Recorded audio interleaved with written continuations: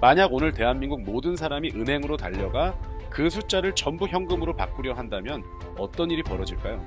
단 30분도 안 되어 전 국가의 금융 시스템은 마비될 것이고 여러분의 돈은 흔적도 없이 사라질 것입니다. 왜냐고요? 애초에 그 돈은 존재한 적이 없기 때문입니다. 우리는 학교에서 수요와 공급 법칙 때문에 물가가 오른다고 배웠습니다. 하지만 이건 뻔한 거짓말입니다. 짜장면 값이 50년 만에 300배가 오르는 동안 여러분의 월급은 300배가 올랐습니까? 우리가 죽어라 이래도 늘 제자리 걸음인 이유. 왜 성실한 우리 부모님은 평생 빚을 갚다 노후를 걱정해야 하는지. 그 답은 여러분이 매일 쓰는 지폐 속에 숨겨져 있습니다. 오늘 저는 여러분의 경제관념을 완전히 박살낼 자본주의의 설계도를 공개하려 합니다. 은행이 어떻게 공기 중에서 돈을 만들어내는지, 왜 세상은 당신이 빚을 지지 않으면 멈추는지, 그리고 누군가는 반드시 파산해야만 내가 먹고 살 수 있는 이 잔혹한 의자 뺏기 게임의 실체를 말이죠. 이 내용을 끝까지 이해하지 못한다면 여러분은 평생 금융 자본이 짜놓은 거대한 덫에서 허우적대며 이자의 노예로 살게 될 것입니다. 하지만 이 원리를 깨닫는 순간 당신은 가난의 대물림을 끊고 시스템 위에서 노는 법을 배우게 될 겁니다. 자, 이제 그 추악하고도 정교한 진실 속으로 들어가 보겠습니다. 우리는 보통 은행을 이렇게 생각합니다. 사람들이 맡긴 예금을 모아서 그 돈을 필요한 사람에게 대출해주고 그 사이에서 이자 차익을 남기는 곳이라고 말이죠. 참으로 도덕적이고 상식적인 생각입니다.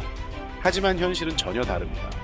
은행은 여러분이 맡긴 100만 원 중에서 딱 10만 원만 남겨두고 나머지 90만 원을 마음대로 다른 사람에게 빌려줄 수 있습니다. 법적으로 허용된 이 비율을 지급준비율이라고 부릅니다. 이상하지 않나요? 내 통장에는 여전히 100만 원이 찍혀 있는데 은행은 90만 원을 다른 사람에게 또 빌려줬습니다. 그럼 이제 세상에는 원래 없던 90만 원이 새로 생겨나 도합 190만 원이 도는 셈이 됩니다. 이 90만 원은 어디서 왔을까요? 한국은행 조폐공사에서 종이 돈으로 찍어냈나요? 아닙니다. 그냥 은행 컴퓨터 클릭 한 번으로 만들어진 가짜 숫자일 뿐입니다. 이것을 경제학 용어로 신용창조라고 부릅니다. 이 과정은 여기서 멈추지 않습니다. 은행에서 나간 90만 원이 다른 은행에 예금되면 그 은행은 또 10%인 9만 원만 남기고 81만 원을 대출해 줍니다. 이런 연쇄 반응이 계속되면 원래 100만 원은 수천만 원, 수억 원으로 불어납니다. 우리가 시중에서 사용하는 돈 중에서 실제 지폐나 동전의 형태를 띈 것은 고작 5% 남짓입니다. 나머지 95%는 누군가의 대출, 즉 빚으로 만들어진 유령 같은 숫자입니다. 결국 자본주의 사회에서 돈은 곧 빚입니다. 누군가 빚을 내지 않으면 돈은 생성되지 않고 경제 시스템은 멈춰버립니다. 이 과정은 여기서 멈추지 않습니다. 은행에서 나간 90만 원이 다른 은행에 예금되면 그 은행은 또 10%인 9만 원만 남기고 81만 원을 대출해 줍니다. 이런 연쇄 반응이 계속되면 원래 100만 원은 수천만 원, 수억 원으로 불어납니다. 우리가 시중에서 사용하는 돈 중에서 실제 지폐나 동전의 형태를 띈 것은 고작 5% 남짓입니다. 나머지 95%는 누군가의 대출, 즉 빚으로 만들어진 유령 같은 숫자입니다. 결국 자본주의 사회에서 돈은 곧 빚입니다. 누군가 빚을 내지 않으면 돈은 생성되지 않고 경제 시스템은 멈춰버립니다. 이 과정은 여기서 멈추지 않습니다. 은행에서 나간 90만 원이 다른 은행에 예금되면 그 은행은 또 10%인 9만 원만 남기고 81만 원을 대출해 줍니다. 이런 연쇄 반응이 계속되면 원래 100만 원은 수천만 원, 수억 원으로 불어납니다. 우리가 시중에서 사용하는 돈 중에서 실제 지폐나 동전의 형태를 띈 것은 고작 5% 남짓입니다. 나머지 95%는 누군가의 대출, 즉 빚으로 만들어진 유령 같은 숫자입니다. 결국 자본주의 사회에서 돈은 곧 빚입니다. 누군가 빚을 내지 않으면 돈은 생성되지 않고 경제 시스템은 멈춰버립니다. 이 과정은 여기서 멈추지 않습니다. 은행에서 나간 90만 원이 다른 은행에 예금되면 그 은행은 또 10%인 9만 원만 남기고 81만 원을 대출해 줍니다. 이런 연쇄 반응이 계속되면 원래 100만 원은 수천만 원, 수억 원으로 불어납니다. 우리가 시중에서 사용하는 돈 중에서 실제 지폐나 동전의 형태를 띈 것은 고작 5% 남짓입니다. 나머지 95%는 누군가의 대출, 즉 빚으로 만들어진 유령 같은 숫자입니다. 결국 자본주의 사회에서 돈은 곧 빚입니다. 누군가 빚을 내지 않으면 돈은 생성되지 않고 경제 시스템은 멈춰버립니다. 여기서 더 소름 돋는 진실이 있습니다. 시스템 안에는 원금을 빌려주지만 그 원금에 붙는 이자를 갚을 돈은 아예 존재하지 않는다는 사실입니다. 이해하기 쉽게 작은 섬의 우화를 들려드리겠습니다. 외부와 격리된 작은 섬에 중앙은행과 시민 2명, 즉 갑과 을이 산다고 가정해 봅시다. 중앙은행이 세상에 처음으로 1만 원을 딱 한 장 찍어 갑에게 연이율 5%로 빌려줍니다. 갑은 그 돈으로 을에게서 배를 한 척 삽니다. 이제 섬에는 1만 원이 돕니다. 1년 뒤 갑은 이자 500원을 더해 10,500원을 갚아야 합니다. 그런데 문제가 있습니다. 섬 전체를 샅샅이 뒤져도 돈은 처음에 발행된 1만 원뿐입니다. 이자 500원이라는 돈은 아예 세상에 태어난 적이 없습니다. 그럼 갑은 어떻게 이자를 갚아야 할까요? 방법은 하나뿐입니다. 중앙은행이 500원을 새로 찍어서 또 누군가에게 빌려줘야 합니다. 그래야만 갑이 그 500원을 벌어서 이자를 갚을 수 있습니다. 이것이 시사하는 바는 명확합니다. 시스템이 유지되기 위해서는 중앙은행이 끊임없이 돈을 새로 찍어내야 하고 통화량은 계속 늘어나야만 합니다. 이것이 바로 우리가 매일 겪는 물가 상승, 즉 인플레이션의 진짜 정체입니다.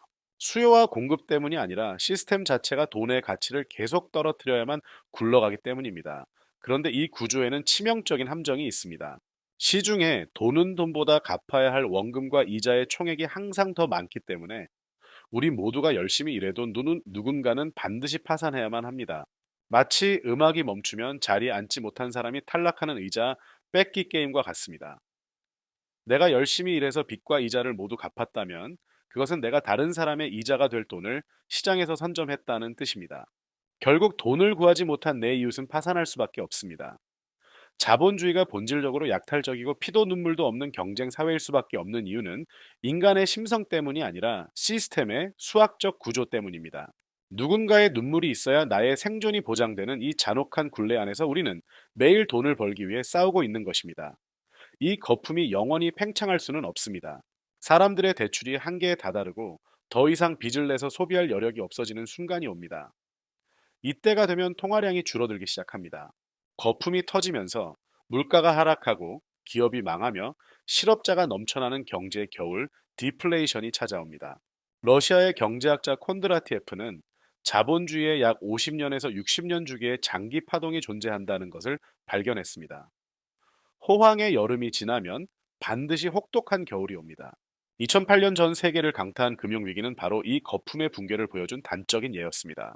빚을 갚을 능력이 없는 사람들에게까지 돈을 빌려주며 인위적으로 키운 거품이 터지자 그 피해는 고스란히 아무 죄 없는 서민들에게 돌아갔습니다. 젊은이들이 취직을 못하고 집값이 폭락하며 평생 일군 자산이 하루아침에 휴지 조각이 되는 현실은 우리가 계절의 변화를 읽지 못했기 때문입니다. 우리의 지갑은 미국의 경제 상황과도 밀접하게 연결되어 있습니다. 왜 우리는 한국 경제를 걱정하면서 미국의 금리 결정에 목을 맬까요? 그것은 미국 달러가 세계 경제의 기준이 되는 기축통화이기 때문입니다. 1971년 이전까지 달러는 금으로 바꿀 수 있다는 약속이 담긴 증서였습니다. 하지만 미국의 닉슨 대통령은 어느 날 갑자기 이 약속을 깨버립니다. 이제 달러는 금과 상관없이 미국이 마음만 먹으면 무한정 찍어낼 수 있는 종이가 되었습니다. 더 놀라운 점은 이 달러를 발행하는 연방준비은행이 국가기관이 아니라 민간은행들의 연합체라는 사실입니다. 몇몇 거대 금융자본이 전 세계 통화량을 조절하며 인류의 부를 재편하고 있다는 뜻입니다. 미국이 금리를 올리면 전 세계의 돈이 미국으로 빨려 들어가고 신흥국들은 경제 위기를 맞습니다. 이 거대한 흐름을 모르면 우리는 언제든 금융 자본의 먹잇감이 될 수 있습니다. 그렇다면 우리는 이 잔혹한 시스템 속에서 어떻게 살아남아야 할까요? 첫째, 돈의 흐름을 읽는 안목을 가져야 합니다. 시스템은 여러분이 무지하기를 바랍니다. 복잡한 경제 용어 뒤에 숨어 여러분의 지갑을 털어가는 것이 그들의 수법입니다. 나무만 보지 말고 숲을 보십시오. 세계 경제가 어느 계절에 와 있는지 파악하고 지금이 빚을 내야 할 때인지 아니면 현금을 쥐고 버텨야 할 때인지 스스로 판단할 수 있어야 합니다. 둘째, 부채의 위험성을 직시하십시오. 호황기에는 빚이 자산 성장의 지렛대가 되지만 불황기에는 여러분의 목을 죄는 밧줄이 됩니다. 나쁜 빚을 정리하고 생존을 위한 최소한의 안전장치를 마련하십시오. 마지막으로 공부를 멈추지 마십시오. 자본주의라는 바다에서 파도에 휩쓸려 죽을 것인지 아니면 파도를 타고 서핑을 할 것인지는 오직 여러분의 지식에 달려 있습니다. 자본주의는 결코 공평하지 않습니다. 원리를 아는 자는 시스템을 이용해 막대한 부를 쌓지만 모르는 자는 평생 이자만 갚다가 생을 마감합니다. 오늘의 이 진실이 여러분에게 불편하게 다가올 수도 있습니다. 하지만 진실을 마주하는 것만이 노예의 삶을 끝낼 수 있는 유일한 길입니다. 여러분의 소중한 노동의 대가가 누군가의 주머니를 채워주는 이자가 되지 않도록 오늘부터 깨어있는 눈으로 세상을 바라보시길 바랍니다. 추운 겨울을 잘 견디면 다시 따뜻한 봄이 옵니다. 그 봄에 씨를 뿌려 열매를 맺을 수 있는 사람은 지금 이 겨울의 법칙을 이해한 사람뿐입니다. 여러분 모두가 자본의 노예가 아닌 주인이 되는 삶을 사시길 진심으로 응원합니다. 제 이야기가 여러분의 경제적 독립을 위한 작은 불씨가 되었기를 바랍니다. 이 영상이 여러분의 삶에 조금이라도 도움이 되었다면 주변 분들에게도 공유해 주십시오.